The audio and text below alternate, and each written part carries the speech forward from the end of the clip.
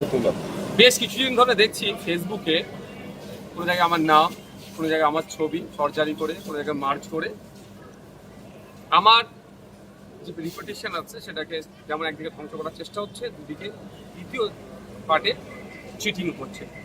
সে খবরটা যখন আসে আমি লোকাল থানা বউবাজার থানাতে কমপ্লেন করেছিলাম, তো সেই মতো তারা ফায়ার এখনো করেনি। ফলে আমরা কোর্টে এসেছি 173 বিএনএস এর সামনে থেকে আমরা কোর্টে এসেছি। ওই সমস্ত যারা অ্যাকাউন্টধারী যারা অ্যাকাউন্ট ইউজ করছে ওর তাদের বিরুদ্ধে কমপ্লেন। অর্থাৎ থানায় অভিযোগ জানিয়েও সেটা এফআইআর ট্রিট হলো না। ফলে 173 দিয়ে যখন অপশন আছে আমার কাছে কোর্টে আসার বিএনএস এর আমরা এসেছি। কোর্ট কি বললো?